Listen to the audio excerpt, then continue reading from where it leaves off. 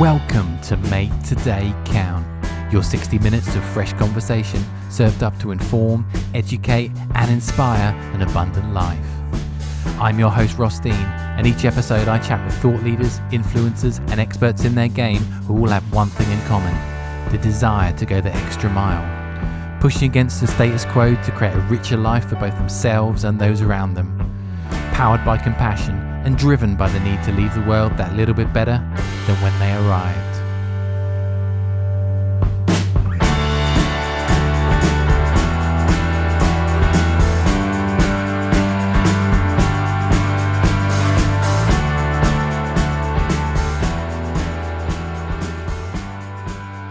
Okay, hi guys, and welcome back to Make Today Count. And today we've got a fantastic guest in Hannah Allsop, otherwise known as the Quarter Life Coach. How are you, Hannah? Hiya, I'm really good, thank you. Thanks for having me today. No, you're really welcome. We've got a mutual friend in Verity who we've had on the show before. We're just sort of catching up about how you guys know each other. How are you getting on with the lockdown? Everything going okay for you, and still able to work and that kind of stuff? Yes, yeah, it's fine. I think we're about 6 weeks in now, so yeah, got into the swing of things. It's been nice to have a bit of downtime, to be honest. So yeah. Yeah, and I think, it's why I really want to kind of get into the conversation we're going to have today, because I think a lot of people are kind of finding themselves with a lot more time at home, maybe if they're furloughed from work, or maybe if they're just spending more time with the family at home. And I think people are just kind of able to kind of think a little bit more and thinking about what they want to do when they kind of get out of this predicament a little bit later on in the year. So I think it's an ideal opportunity to have this conversation. Before we head into that, what I'd love to do, if people haven't come across you and your work before, can you just give us a little bit of a background about yourself and how you got to where you are today? Yeah, so I'm a quarter life coach. So I help women to get unstuck from their quarter life crisis, which most of the time is I do that through helping women to find their purpose and be their authentic selves.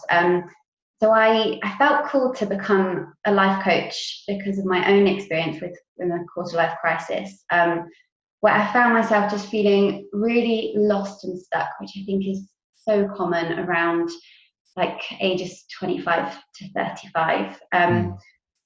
For me personally, I just found myself desperately wanting to tick life's boxes. So I wanted to buy a house, get married and have children just to make myself happy and fulfilled. I felt like that was the only answer, and at least the only one that kind of society had provided me with. I think that society tells us that when we have those things, we will be happy. I basically ended up having what I call a spiritual awakening, where it dawned on me that I had to make myself happy, which set me on this new path to finding my purpose, which for me ended up being through life coaching. And that's how I got unstuck from my quarter life crisis. Yeah, it's really interesting. When I have the conversations with people on the podcast, a lot of what they do now comes from an experience that they've had. You mentioned there about your kind of awakening for you. How did that kind of present itself at the time? Was it just that you've kind of felt that there was just something that wasn't fulfilled, or was there other things going on? Yeah, I think mental health, I think, is a big one. I think a lot of people can sort of find themselves feeling anxious and depressed as a result of just kind of feeling lost and not knowing what to do. I think it got to the point where I was kind of just feeling really angry with it all as well. I just felt like I had this knowing that there was more to life. I was sort of looking at people around me who were going through the motions and seemed to be kind of enjoying their job and living for the weekend and holidays, and it just didn't sit right with me. I just found myself thinking, is this it? Like adult life, it just seemed so, it just wasn't what society had made me feel like being an adult would be. Like I thought I'd be kind of sorted and fulfilled, and it just wasn't. So I think like you said, it's sort of people going through these big experiences that then propels them into something else. And I think it is when you reach rock bottom. So for me, it did, that rock bottom kind of, woke me up to the fact that actually I was sort of more powerful than I had been led to believe, and that I actually kind of could create my own life. Yeah. I mean, that is the case, isn't it? You know, we grow up as children, and we kind of, we take on this model maybe from parents or just from general life, in that, you know, we'll get married, we'll have children, we'll do this, that, in there's kind of an order, isn't there, to a lot of this stuff, or we see it that there's an order to a lot of this stuff. But you know, from what you're saying, you know, I can resonate with some of that too, is that you get to a point where you've achieved a lot of these milestones and you kind of think, well, what now? Is it really what I want to kind of, is this what I hoped it would be, I guess. And I think you'd agree that kind of that model is now kind of changing. I think with the culture that we're in now, there's a lot more kind of conversation around some of this stuff, and that's where obviously guys like you come in as well to help people get round, you know, some of these stuff, and, you know, identify when we're kind of feeling, you know, like this. I want to talk about kind of like, you know, this episode's around finding your purpose, and I think, you know, anyone that does a quick Google search, or look on Instagram or somewhere, you know, there's a, it's a phrase that's kind of banded about quite a lot. But when it comes to you and what you do, Hannah, what does kind of finding your purpose mean to you if you're working with clients? So for me, finding your purpose, it essentially means living in highest service, to yourself and others. Um, Essentially kind of living in alignment with your truth, and kind of finding the things in life that you stand for, and what you are put on this earth to discover and achieve. So yeah, I believe that we do all have a purpose, and that it's important to kind of take a step back from the motions of day-to-day life and ask yourself if you're happy, and then kind of, if the answer is no, go on this journey of, you know, it could be that there's certain blocks of conditioning that you need to undo. You know, that can be purposeful in itself. For a lot of people, it means changing jobs and getting paid to do something that they love. And then for others, it can be, you know, being like the best mum or the best boss. I think, yeah, we all have kind of like a different mission in life, I guess, and something unique that we are here to discover. But yeah, essentially for me, purpose is sort of living in higher service to yourself and others, and just living authentically. And I guess you mentioned kind of conditioning there, in that, you know, I guess that a lot of people will kind of go for the early stages of life, kind of not knowing there's anything different available to them, I guess, you know, because, you know, if we're, you know, in our early stages of life, maybe, you know, learnt um, behaviors and thoughts from parents and that kind of stuff. Do you find that quite often, that it takes a little bit of time for people to kind of just know that they maybe there is another option for them? Yeah, I think so. I think when people sort of come to me, they are at a stage where I suppose Mm. they have woken up to things a little bit. I think even just having the niggling thought that, like, and that frustration that there must be more to life. I think people kind of start to question things, from that point, and question changes that they might like to make. But I mean, yeah, in terms of conditioning, it can be even something as simple as, you know, like being told by parents that most people don't like their jobs. You just have to Yeah. get on with it, sort of thing. Mm. And I do think this is something, yeah, that we tell ourselves. And I do think there are so many people out there, unfortunately, who are kind of living for the weekend and are living for these 4 weeks of holiday a year Mm. that kind of make us feel like it's all worth it. Yeah, and you know, in school and things, we're kind of taught, you know, to go to uni or get an apprenticeship. Like, we aren't taught that we can start our own businesses, or just thinking outside the box. I think, yeah, people are starting to do that more nowadays. Mm. I think there'll be a lot of people listen to this who would kind of resonate with a lot of that. And what have you found, or maybe people that you've worked with or experience of people that you're aware of, if we don't kind of follow some of this stuff, what do you think we're kind of missing out on if we don't kind of evaluate this stuff every so often? I think ultimately it is fulfillment. Mm. And yeah, I think if you are someone who feels like you're missing something and that there must be more to life out there, then it's so important that you don't ignore it. I think it's there for a reason. And yeah, I mean, I used to push those thoughts down for years Mm. because there were no sort of other available answers to me. So I would sort of push those down with like temporary fulfillment fixes, like, binge eating and daydreaming about how everything will be fine once I tick those boxes. But yeah, I knew it wasn't healthy, and I knew that I had to dig deep to find that missing piece. And so yeah, I do think it is just fulfillment and Mm. living life for yourself, which I think is so important, not to kind of suppress how we feel. Yeah.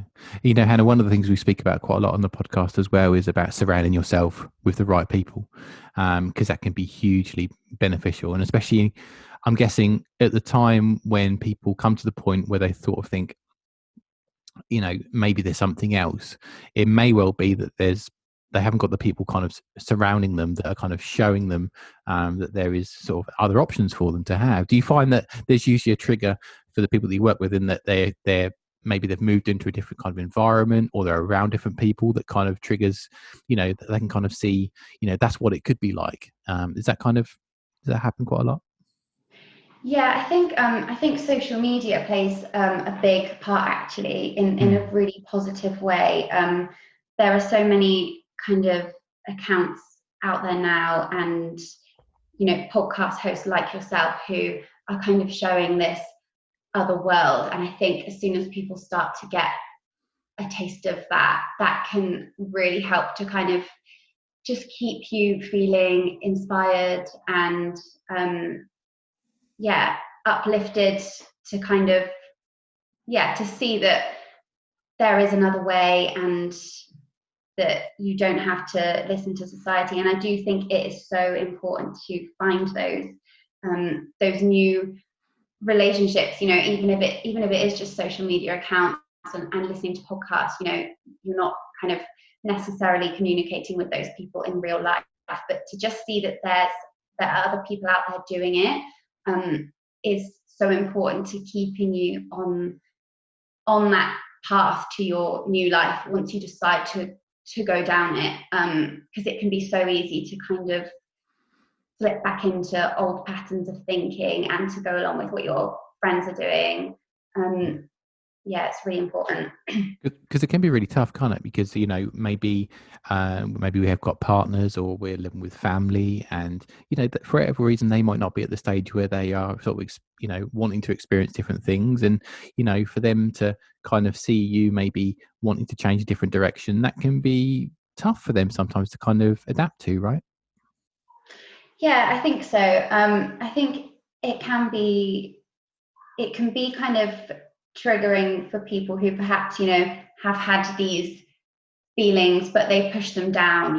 Like Mm. I think we all do. I know I used to. Yeah, because it's kind of staying with what we've been taught and going through the motions. Like, it is the easy option. And of course, so many people are like genuinely happy doing all of those things. And I like I was saying earlier, I think some of us are put on this earth to fulfill like these big missions and to find out like all the deep dark stuff about ourselves and go through loads of shit.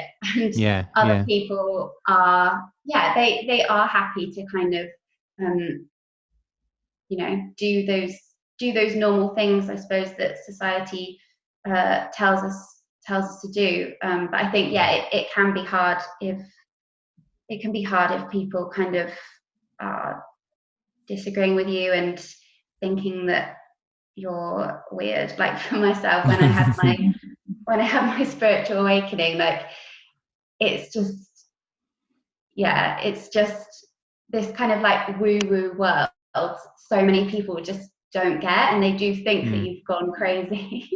Yeah.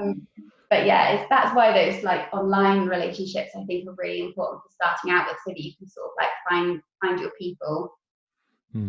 Yeah, I mean, like you say, there's never been a better time to have, access to tons of this stuff, is there? We've got, as you say, social media, blogs, podcasts, YouTube, all that kind of stuff. So even if you're in a situation where maybe your immediate surrounding area isn't as kind of helpful as you'd like it to be, there are so many other resources out there that it's a really good kind of, I guess, gateway into some of this stuff, and just to give you some support along the way. You can pop a podcast in your ears wherever you are, can't you? Or watch something on your phone, in your bedroom or at home, or so there's so many ways to access some of this stuff. If one of the things you mentioned before was that a lot of this kind of awakening came from experiences that you were having. There's going to be people that are listening to this thinking, well, it doesn't sound like me. I don't think I'm having those kind of sort of thoughts or awakenings as such. What kind of triggers have you seen with people as you've worked with them that kind of are little telltale signs that we may be a little bit stuck and may want to kind of progress in a different direction? I think like, other than generally being unhappy and wishing there was more to life, I mean, for me, I like to talk about the four main types of quarter life crisis. So the first one being, and this is kind of, I guess, what I experience, the people that are on like this desperate train to tick box town, as I like to call it, who are just, if you just find yourself like future tripping, just thinking, okay, I'm unhappy, but once I have those things, I will be happy. I'll feel like an adult. I'll feel sorted.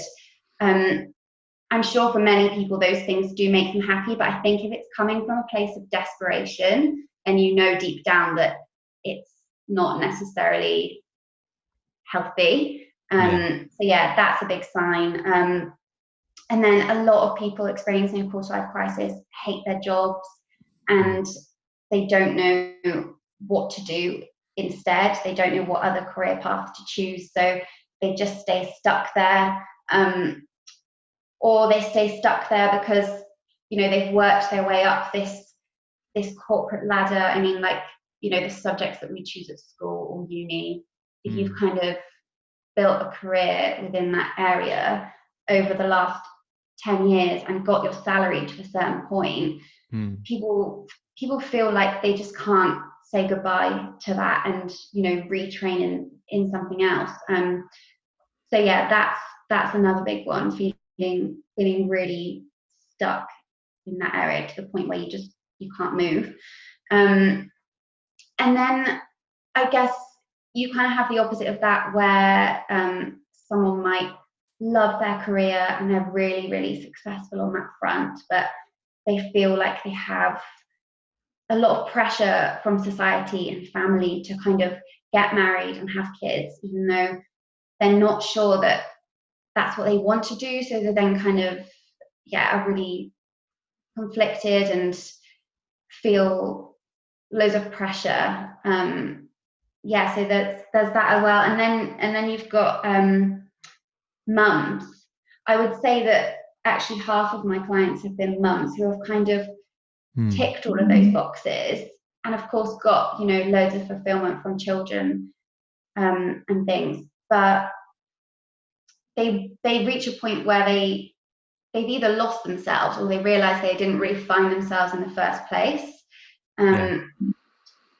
So yeah, I think ultimately feeling stuck and lost and just confused about what your next move should be, as well as just kind of feeling empty about adult life, are huge signs that something needs to shift.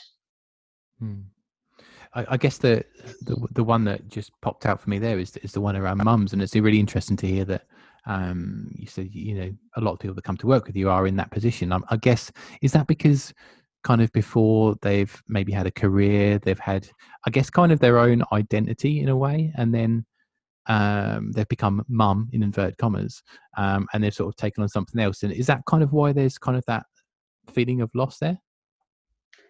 Yeah, I think so. And I think, yeah, I think mum guilt is just a huge thing Mm, where, I mean, as much as, you know, the world has changed so much and mums now can, you know, they can do it all essentially. They can have a career and they can have children. yeah. It's still really, really hard for them. Mm, A lot of mums still feel like they have to choose between those two things. Um, and yeah, so some kind of do lose themselves along the way, or there are some mums out there who kind of were on the path that I thought I was going to go down, which was to have children because they didn't know what else to do, and they thought that that was all they needed to make them happy, and they've got to the point where they've realized that there's there's still something else, there's something missing mm. for them. So yeah. Yeah, because I guess you know, those goals and those aspirations were around another person, caring for another person, and there's still kind of wants and needs of that person behind that, isn't there? I guess. Yeah, I do think it's really important that we should all kind of you know, fill our own cup. I think it's so important. No, definitely. You know, in your experience, you know, because we can, I guess we can consciously know this, and we know that we need, you know, if we have these feelings that we need to kind of address them. But I'm guessing there's quite a lot of people that, you know, they know all this stuff, but that they kind of don't really put up high on their to-do list, and they just kind of keep going in the direction that they're at. What do you think, in your opinion, is kind of stopping that? Why aren't some people kind of looking at some of this stuff when it comes up, do you think? Yeah, it's so hard. Like I used to put all of this stuff off, and I think Mm, it always comes down to fear. So it's either fear of failure or fear of success, which I know sounds really bizarre, but they can both play a huge part. So I think, like, despite us kind of, if you're at a place where you're hating your current reality, staying stuck there is still the easy option, even if it's by just 1%. mm, And I refer to it as your safe prison, which I know a lot of people do, where it's horrible, but it's still safe. So that's why you kind of stay stuck. And I think change and success is always scarier than staying stuck until you get to that point where you really reach rock bottom, or you have some kind of awakening that gives you that final push to change direction. yeah. And I guess some of that, you know, keeping in that familiar zone, as it were, is kind of backed up by a lot of the, I guess, the stories or myths that we tell ourselves around why we could never, you know, do that. You know, maybe around time or whatever reason. What are the sort of ones that kind of pop up for you when you have your conversations? Yeah, time, I would say, is the biggest one. Time and money Okay. are huge factors. I don't want to say they're myths as such because everyone's situation is different, but time and money were certainly my myths. Hmm. Um, I think ultimately, if you want something bad enough, you will make it work. Whether it be changing careers or starting a hobby or delving into personal growth, you can do it alongside working full time. And like I said, I know mums that do it as well. I think it does come down to priorities. So money wise, whether that be living living frugally for a while, Yeah. um, or kind of time wise limiting your social life, or even giving yourself a social media ban to kind of create more time. I think if you really look at how you're spending every 30 minutes, you Hmm. will find you will always find a couple of 30-minute blocks every day. And I think another myth is that it's going to be like super, super hard. And don't get me wrong, at the beginning, you do have to put the work in, and some more than others. But I do think if you are aligned with your purpose and what you're supposed to be doing, then it's always going to be worth it. And if you kind of believe in like the law of attraction and manifestation and things, then which I do, then I believe that the universe will kind of respond to you living your purpose, and to kind of almost meet you halfway, and to help you get there. Yeah, that's really interesting. I think that's, what do they say? What we focus on expands in that way. So, if we really want it to happen, and we put focus on that, I think generally we just, as you just said, we find ways of getting around some of these hurdles. For people that maybe listening to this haven't come across things like the law of attraction and stuff before, you just give us a bit of a brief kind of roundup about what that actually means, and sort of the purpose behind that.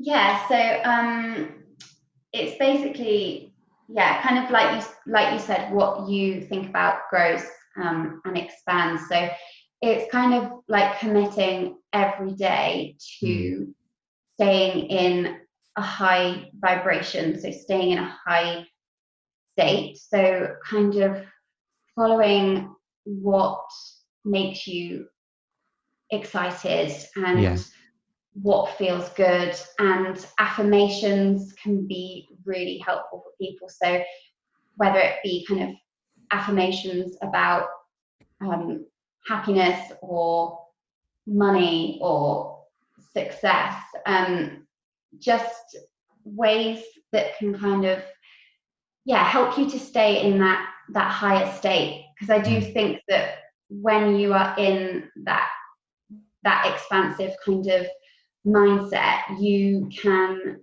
achieve so much more. And the idea is that like essentially the universe will kind of mirror back to you. The universe will be able to see the work that you are putting in to kind of better yourself and better your life, and will respond to that by kind of giving you opportunities to help you on your journey. Yeah, I guess a good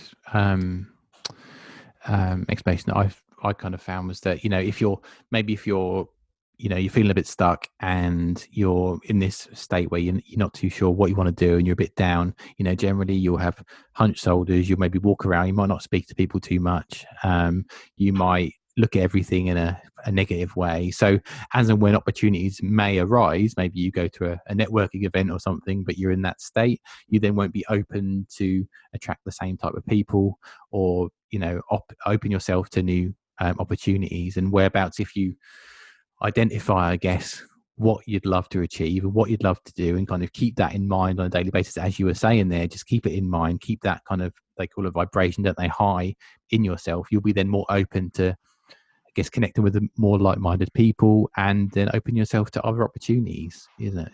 Is that, it's kind of how it works, isn't it? That kind of thing. Yeah, I guess like attracts like. So if you are being a positive, open person, then you will attract more people like that into your life, as well as opportunities. Yeah. And I think for people that they identify that they want to make changes in whatever areas are a good fit for them. Obviously, a great starting point is kind of working with a coach like yourself, and then we'll chat a little bit about that in a sec. But I guess some people can fall at a bit of a first hurdle if they try and go and change things themselves without some assistance. What common mistakes do people make when kind of trying to go it alone, do you think?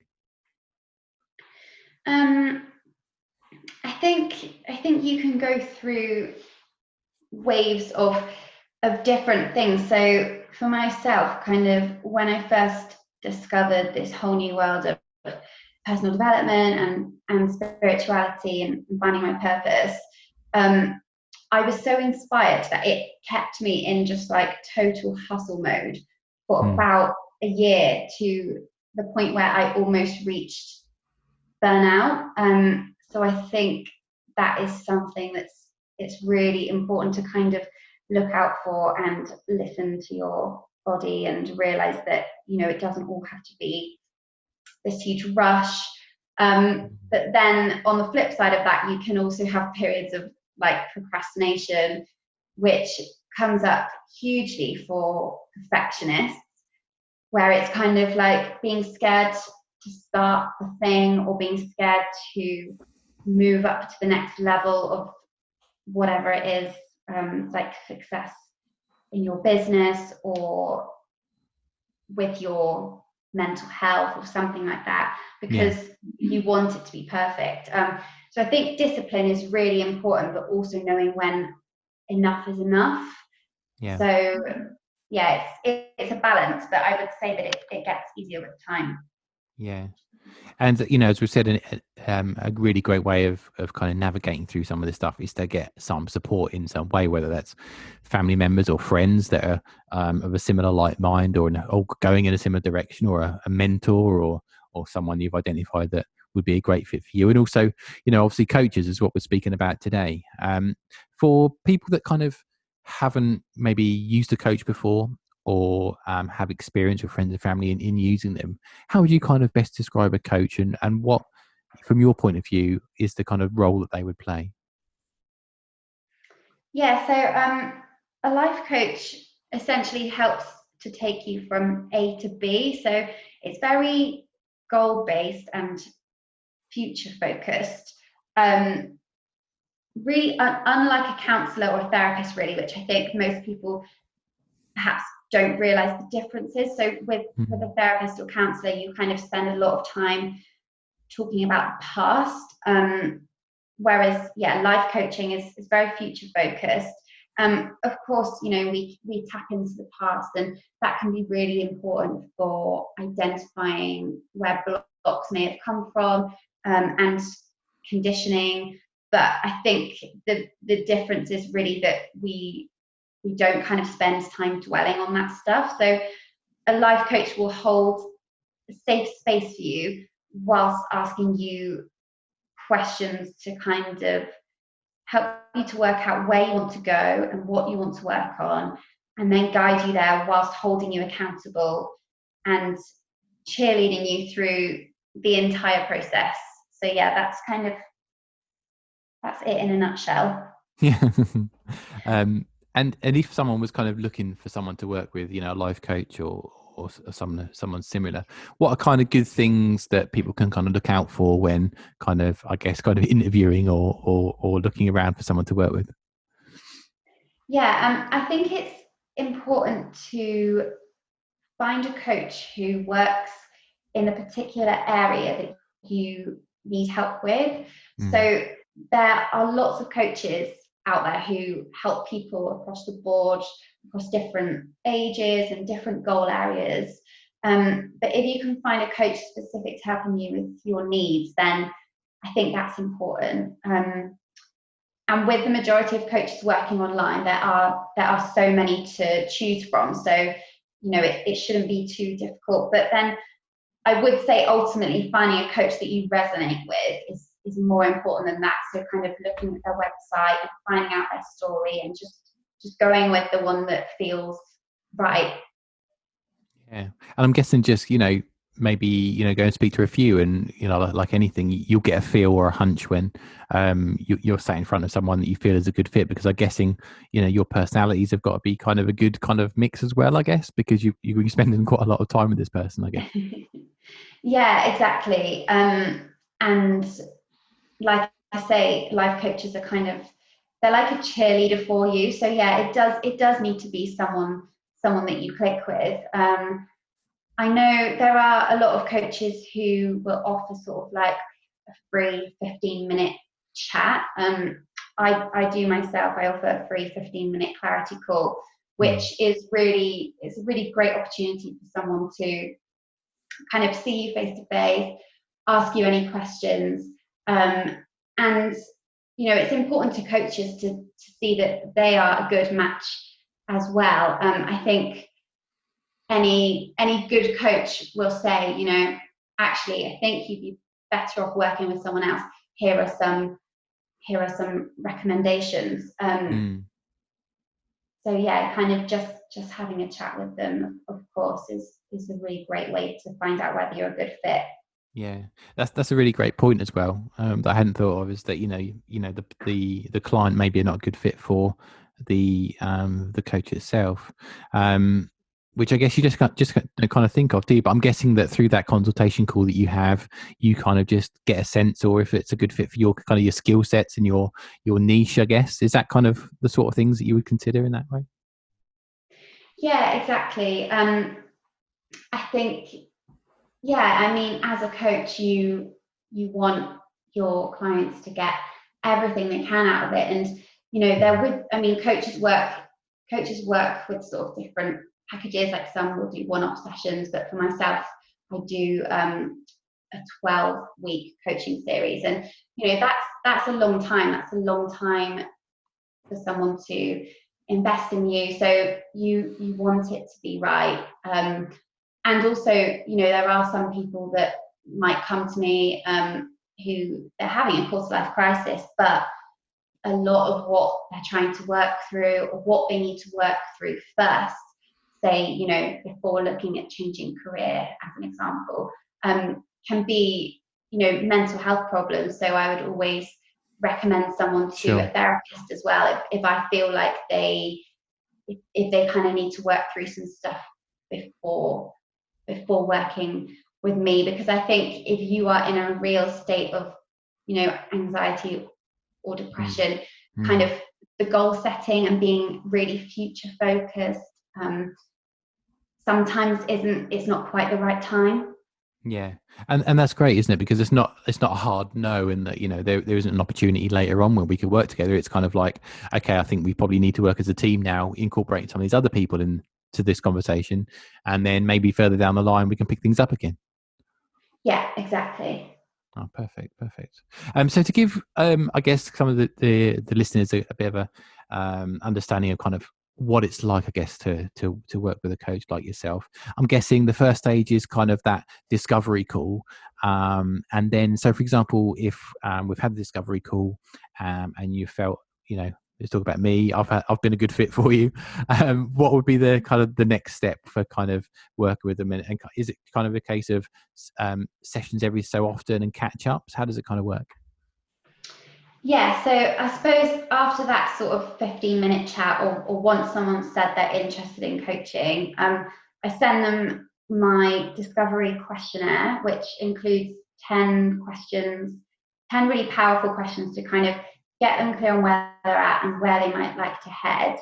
And then we have the discovery consult, where we go through their questionnaire in depth and look at potential goal areas.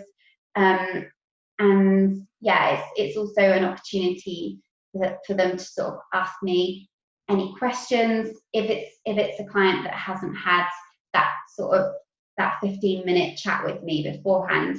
Sometimes the discovery consultation can be kind of the first opportunity that we really chat whilst looking at that questionnaire. But then, yeah, the series kind of properly starts firstly with my goal and strategy setting session, which is a longer session. It's 90 minutes, where I help the client to set. We usually work with 1 to 3 powerful and emotive goals that they wish to achieve within the 12 weeks.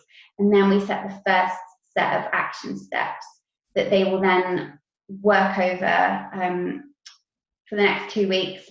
So then yeah, we meet every 2 weeks for another 5 sessions, and those are 1-hour sessions. And each time we will review and set actions for them to complete in between, whilst kind of undoing any blocks along the way. And I also provide email and voice note support throughout the 2 weeks, so they're never alone. They always have Mm. my help. yeah, and kind of send them recommendations and resources along the way to support them on their journey. Yeah, I'm guessing that constant connection through messaging and stuff is a great kind of USP for you as well, because obviously people want to feel supported whilst they're at home, where maybe they're working towards their goals, or just want to check in about stuff. That must be hugely helpful for you, the clients that you work with. Yeah, I think it is. It's really helpful because they can kind of reach out if they're procrastinating, or they're feeling this big block, or perhaps something's come up that's kind of really triggered them. It's just a really good opportunity for me to kind of be that cheerleader, and then based on something that might have come up, I can say, I think you should look at this book or read this article or something. But then it's really helpful for it, like in terms of accountability. So I can like be checking up on them in a really nice way. But kind of, yeah, because I think it can be so easy to just procrastinate, and I think that's what's really good about having the support in between, is that they really do they make the most of the time because you're there holding them accountable. Yeah.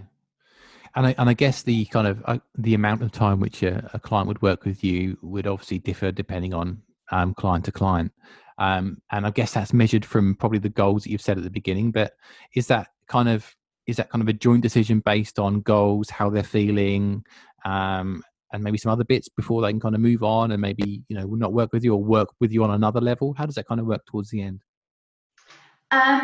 Yeah, so I mean, generally we do the 12 weeks.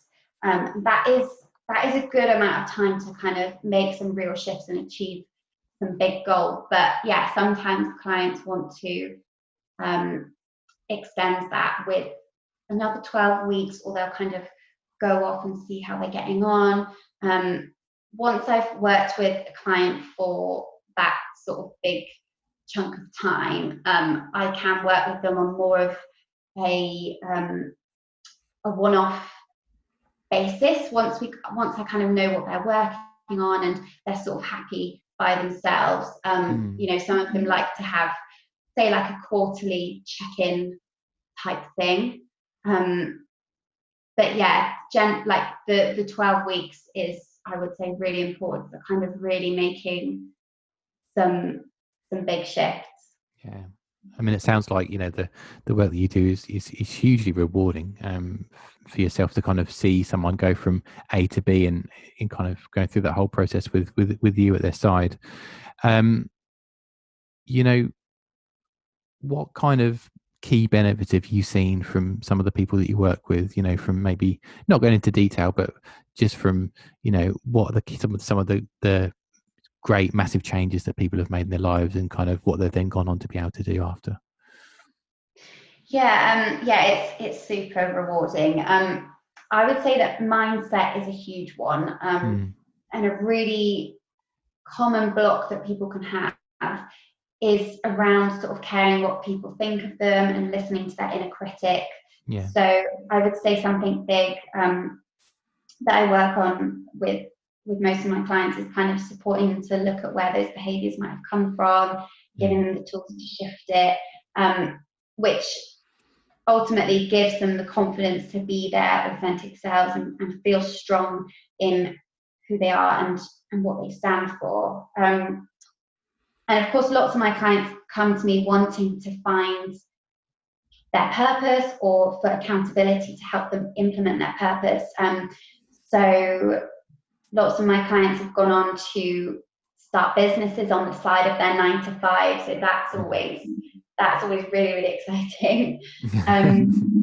And then, yeah, like I said, mums, I've kind of really love helping mums to see their value in themselves as an individual, and stop their mum guilt. So yeah, all kinds of things really, but ultimately it's about finding themselves and their purpose, and getting confidence to kind of be who they are out there in the world with with zero shame. I think one of the surprising things is, that, certainly when I've had coaching in the past that I've experienced, and I think it's surprising for other people that I'm speaking to as well, that, you don't realize until the end that all this stuff that you kind of want to achieve and what you want to do is actually within you already. It's there. It's just in getting the assistance and the coach to kind of get you to that place. And I think that's quite important to mention, because I think, some people think that you're going to wave a magic wand and it's all going to be okay, but it's just, we all have it in ourselves, don't we, to do this stuff. Yes, yeah, 100%. Yeah, like I said, I think we are so much more powerful than we have been led to believe. But yeah, I do think coaching is important, because it's surprising kind of how hard it can be. I think it can be it's like making these changes can actually be so simple, but I do think it can be hard to have the discipline, and also to just be able to make decisions about exactly where to put your energy. And I think that's where a coach can really come in handy, because it's like, once you invest in a coach, you are making that investment in yourself. And at that point, there's kind of no going back, and it's so much harder to, procrastinate. And a coach will really help to, they don't tell you what to do. They help to get out of you what your next move should be. And I think that's something that can be hard to kind of do by yourself, when you've got, like, society's voice in your head. We're kind of taught, I guess, to not really like trust ourselves. So having someone to kind of give you the permission to do that and look at things in another way can be really helpful. But yeah, of course, yeah, we can do anything. I believe, and yeah, I think we're really powerful kind of once we realize it. Definitely. The purpose of the podcast, and kind of why it's called Make Today Count, is that I wanted people that, after they kind of resonated with some of the conversation, that they were able to kind of go away and make just one kind of small actionable change, maybe the next day or after listening. And we spoke a little bit before about how it's important to kind of break down some of these things into small kind of manageable steps. And so from what we've spoken about today, if someone would listen to this, it was really resonating with them, maybe they were thinking about, maybe a coach is a good fit for me, or maybe some other route, but they're not quite sure. And what would be a good kind of first small step that people could take, maybe tomorrow, which will kind of, maybe even if it just kind of gets them in the right way of thinking, but gets them on the right track to kind of making them feel a little bit less stuck in what they're doing? I think, I think a really good place to start is obviously, like we've said, is listening to the podcast, and is finding those accounts to kind of get you just in that new way of thinking, and yeah, to get you inspired. I think at that point, you're so much more likely to be able to tap into your passions and what is possible for you, and to work out your next move.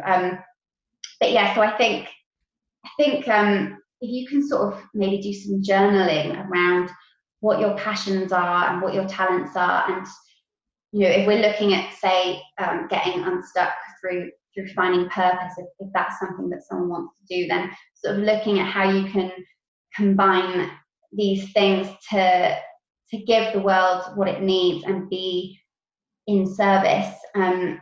You can actually sign up to my newsletter. If you sign up to my newsletter, then you'll receive my free workbook, which is all about purpose, and it has some journal prompts in there to kind of help you find it. So yeah. Perfect. So I'll put the link to that in the show notes page of the podcast. So if you are listening to this and you may think that you want to kind of delve into that resource, you can do. I know you've got lots coming up, with work with clients and other bits and pieces. Anything particular that you're working on? Obviously, the resources that you just mentioned are a really great help to people in those early stages. But anything else you've got sort of coming up? Yeah, well, I have actually just recently launched a 2-session coaching package, which, like I say, it can be helpful for clients I've worked with before, but it can also be helpful for new clients who perhaps have done, this personal development work before, or maybe they've worked with a coach before. So it's an opportunity to work on an existing goal, or perhaps a smaller goal, or provide them with some accountability, or even to just get a smaller taste for coaching. And I'm also actually just this week looking at facilitating an online sister circle for women to be able to connect with like-minded women. So they kind of have an opportunity to share and support each other through their quarter-life crisis. So yeah, that's something really exciting. Yeah, I'm guessing that that's huge, especially around the time that we're in now, where people are inside, either on their own or with their families, just to give them sort of another outlet to kind of get together with like-minded people. Yeah, it's really important. I think this sort of quieter time that we're in at the moment, people are starting to question their lives and how happy they are, and one of those things is relationships and is friendships, and I think some people are sort of craving some deeper connections perhaps. So yeah, that's something I'm sort of hoping to be able to provide. Yeah. If they're interested in that and kind of the listeners want to get in touch, where's the best place to find you online, Hannah? Is it the website or Instagram, or where's the best place for you? So yeah, Instagram. I spend most of my time on Instagram. So yeah, please do come and join my community. My Instagram and Facebook handles are hannah.allsop.coach. And then, of course, there is my website where you can find out information about my story and my coaching services, and that's hannahallsop.com. Perfect. And I'll share those in the show notes as well, so you can click right through and get in touch with Hannah.